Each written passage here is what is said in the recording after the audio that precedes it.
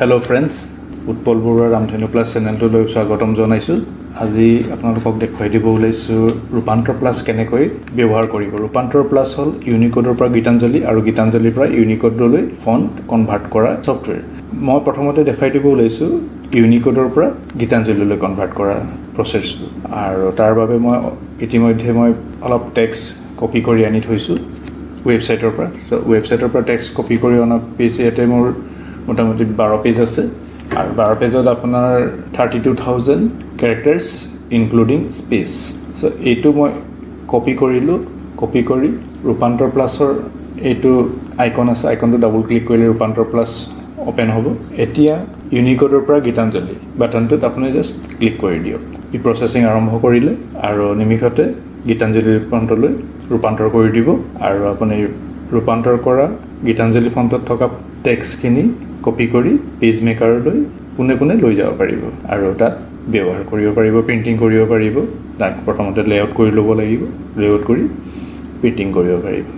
মই এইটো প্ৰচেছটো দেখাই দি আছোঁ। 1%, 2% গৈ এনেকৈ 44-45% গৈছে। 100% হ'লে আপুনি তলত এই বাটনটো আছে কপি টেক্সট। কপি টেক্সটত ইয়াতে কপি কৰি ল'ব পাৰিব। এইটো ক্লিক কৰি দিলে কপি হৈ যাব, পেজ মেকাৰত আপুনি লৈ যাব পাৰিব। 100% ন।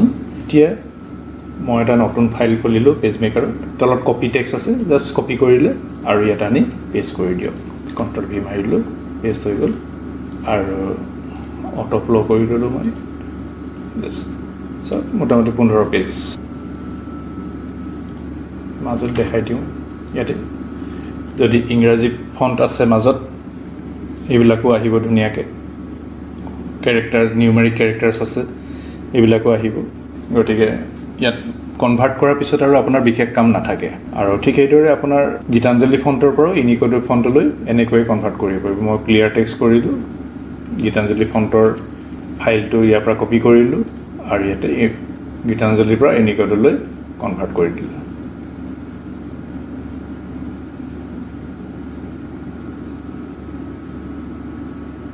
প্ৰচেছিং হৈ আছে, ছেইম প্ৰচেছ। এতিয়া